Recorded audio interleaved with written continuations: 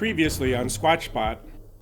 During our investigations, we discovered a very intriguing area of vegetation which had clearly been manipulated in a way to create concealment of a cleared out area within the vegetation, which I believe could be a Sasquatch nest. Investigating this area, we discovered an interesting footprint impression. We noted heavily used game trails leading over to a nearby water source that were well groomed of low-hanging tree branches. And while moving through this area on a previous visit, my camera picked up a very compelling branch break and a possible rock toss that hit the ground in very close proximity to me. On this episode, I've returned to that area to continue our investigation and to search the possible nest site for physical evidence, most notably hair. Based on my investigation of this area and my understanding of the Sasquatch migratory movement patterns, I am very compelled to believe that the Sasquatch are using this area as a resting spot during their migrations in early spring and late fall. And it is important we find solid physical evidence to confirm this. It's all coming up next on Squatchspot.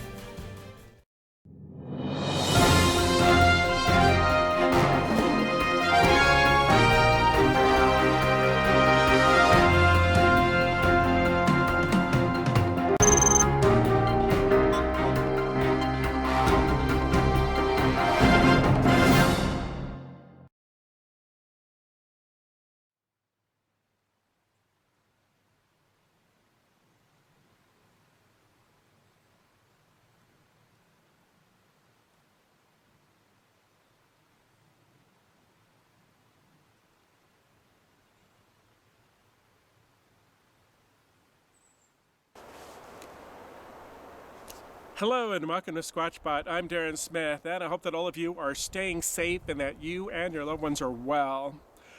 Unfortunately, right now we are on a bit of a medical timeout. What happened was, as I was heading up into these higher elevations to get back to that possible nest site location so we could search for those hair samples, I was stung by something in the vehicle, and I did catch a glimpse of what looked like a yellow jacket or a wasp before it flew out of the vehicle. And I did pull over and I administered first aid. The sting was right on the inside of the finger, so it was extremely painful. And since I'm alone out in the field and we are heading into a remote location, it's really important that I play things safe. And so I have sought out people and I have positioned myself in very close proximity to them, and we are just kind of monitoring my situation at the moment and to see if I do have any sort of adverse reaction to the sting. Now, I know a lot of you out there may be thinking this is going above and beyond and is kind of ridiculous. However, I do know individuals who are allergic to bees, for example, and they have a very adverse effect to bee stings. So it is very important, since I am alone in these remote locations, that we err on the side of caution. And so I've just positioned myself here. We're going to assess my situation and give myself some time to see if I do have an adverse reaction to the sting, at which point we will head back into town and seek out medical attention. And if it doesn't seem like I do have an adverse reaction to the sting after giving myself some time, we will continue our investigation and get back up to that nest site location, because I am anxious to get in there and search for those hair samples. So that is what is happening at the moment. We are just on a little bit of a timeout here, and we are just kind of assessing the situation at this point.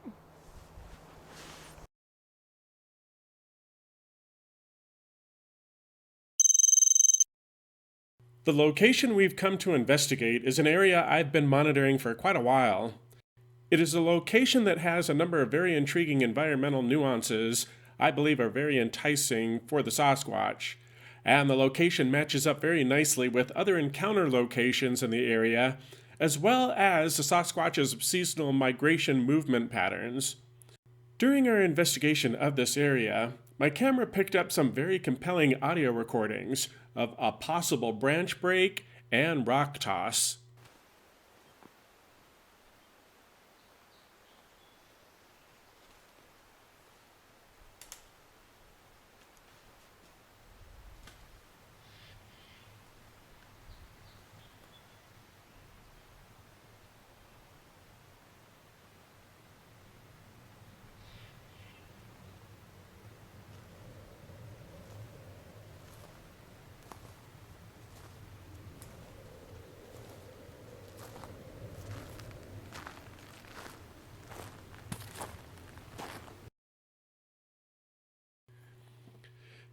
Continuing our investigation of the area, I discovered a possible nest site where I noted vegetation that was clearly manipulated in a way to create concealment barriers that were hiding a very large cleared out area among the thick vegetation.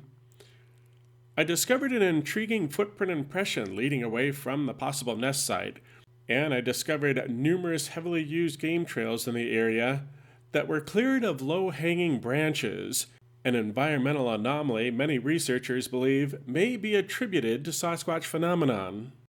This area has an abundance of food and water during the times I believe the Sasquatch are moving through during their migrations, and this unique area of manipulated vegetation could very well be a Sasquatch nest, and I am heading back into this area to search for the definitive evidence to support this, most notably hair. After giving myself plenty of time to monitor my condition following the insect sting, I decided it was safe to continue with our investigation, and I continued the journey into this remote location.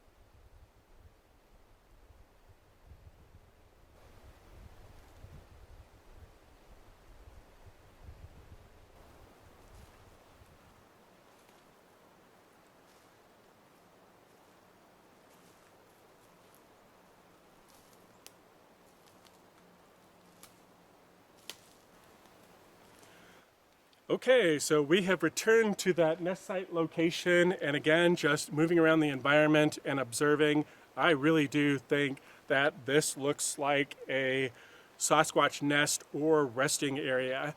I mentioned on the previous episode we were seeing the game trail that was moving out of the area, out of the nest site, and over to the nearby water source that is a flowing river seasonally. There's no water in it at the moment, but when I believe the Sasquatch were here, I think there was an abundance of water in that river. And I mentioned that along this game trail, I was seeing a lot of branch breaks along the game trail. And as I mentioned on other episodes, I believe the Sasquatch will groom game trails to make them easier to traverse. And going through that environment, I could see that the branches were broken at very significant heights. So it is very possible that the Sasquatch were moving through that environment and breaking down those branches as they did so. So that was definitely very compelling, were the game trails leading over to that water source. Also, we did find some interesting impressions in the area. We had that unusual branch break and that rock thud that it definitely sounded like a rock, and as we investigated the area, we determined that it could not have been a pine cone, which was my first guess and why I dismissed the initial thud when I heard it during the recording of that video. But so we have had some interesting activity here that could have been Sasquatch related. And also, you remember the branches that were up against the vegetation here that was creating those blinds, that was creating concealment for that cleared out area underneath the vegetation here. And I absolutely believe that the Sasquatch will create stick structures or they will manipulate the environment to create blinds or ways that they can conceal themselves among the vegetation. And I really do think that that's what was going on at this location, which had me coming back to this location frequently, and it's why we're here again to search for that physical evidence, most notably hair. So I really do think that there is a strong possibility, based on the evidence that we have found during our previous investigations, the initial incident that occurred at this site. I am very compelled to believe that the Sasquatch were using this location for a time as a resting spot as they were making that seasonal migration up to those higher elevations, and I am very hopeful that we will find physical evidence to support that.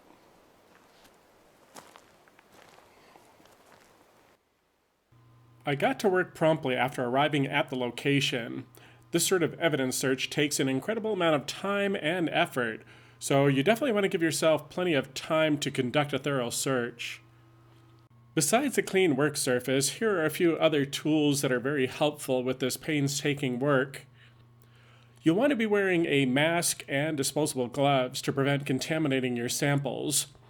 Also, you can find on Amazon disposable tweezers and individually wrapped tongue depressors of various sizes, as well as an assortment of containers for storing your evidence. For hair samples, small coin envelopes work well. Then, you want to find a comfortable place to begin the process of sifting through your environmental samples. This can take hours. However, if you have discovered a Sasquatch bedding area, there are usually an abundance of hair among the ground cover, and it is just a matter of finding it.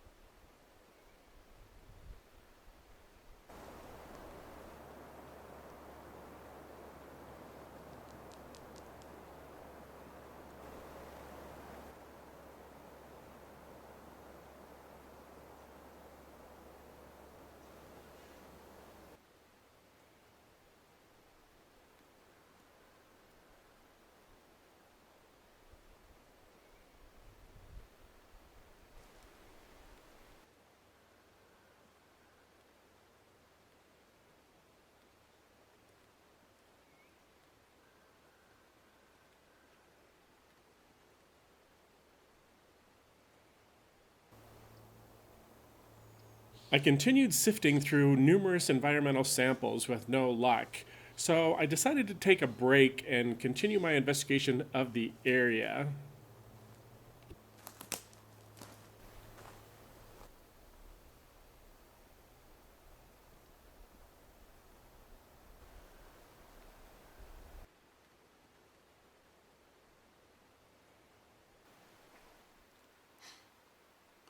Okay, so moving around the environment, I don't know if you can see behind me this kind of alcove within this vegetation, but clearly this is the result of human activity. And I don't know if you can see inside that alcove, there's actually a pen that is laying on the ground there. So clearly this environment has been manipulated by a human to create a barrier of concealment.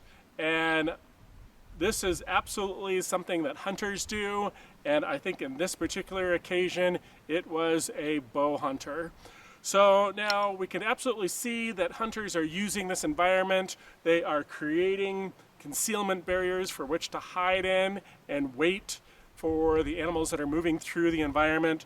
So this definitely raises the possibility that the other cleared out area of vegetation that we've discovered and that vegetation that was manipulated could very likely have been done so by a hunter.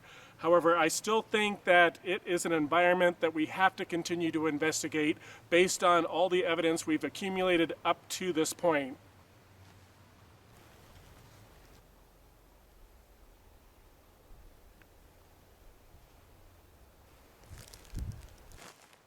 Okay, so definitely we can see the challenges we are faced with when investigating an environment that is being utilized by humans and also being used by Sasquatch.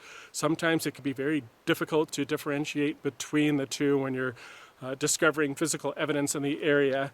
Now, although I do believe the Sasquatch and humans will be using the same environments, it's not necessarily the same time of year. Right now, I believe the Sasquatch are at much higher elevations, and although we have a lot of hunting activity happening down here at the lower elevations, which is why I am wearing a more dramatic shirt, I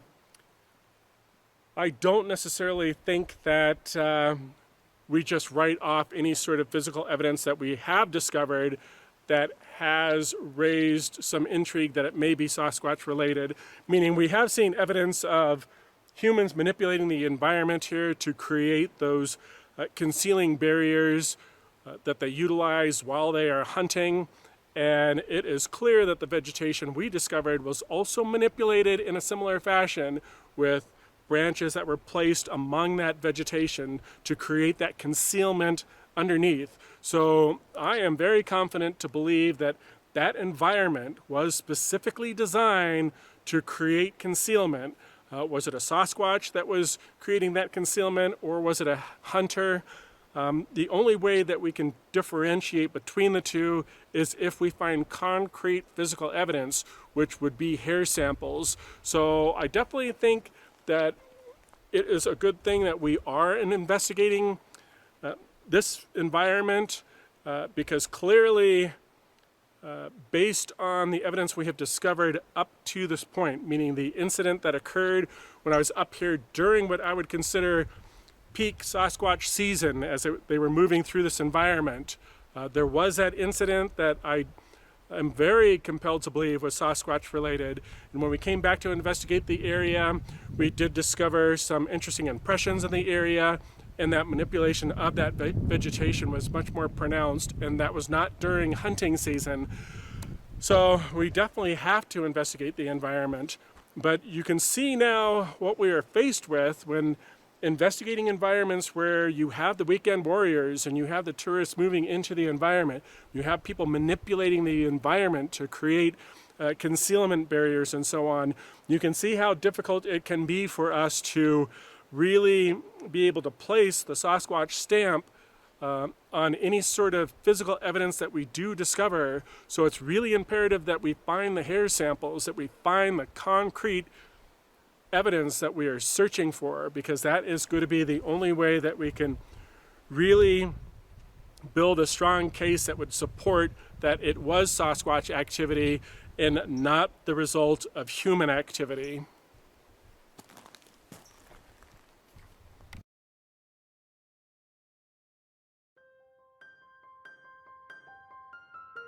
I returned to the nest site area and continued my efforts to find the definitive evidence we were searching for. However, after hours of sifting through environmental samples, I did not find any hair or other physical evidence to confirm one way or another what had manipulated that environment to create those concealment barriers or the cleared out area among the heavy brush. However, with the absence of hair at this point, I am very compelled to believe the most likely explanation is human activity. Clearly, we have found evidence of human activity in the area, which included vegetation manipulation that created concealment barriers. It is obvious this area is a popular hunting ground for bow hunters. There's no question about it. However, this does not explain the unusual experience we did have in this area during off-hunting season, with a branch break and possible rock toss, and it does not easily explain the interesting footprint impression we discovered, or the intriguing environmental nuances we noted that are very typical of Sasquatch living environments. This area is prime Sasquatch habitat during early spring and late fall, and I truly believe it is along the Sasquatch's migratory route. And despite the fact we did not find the evidence we were searching for, I am not ready to give up on this location, and I will definitely be monitoring this area in the future, and will continue my efforts to find the physical evidence we seek. And until next time, I'm Darrin Smith, and I'll see you here at Squatchspot.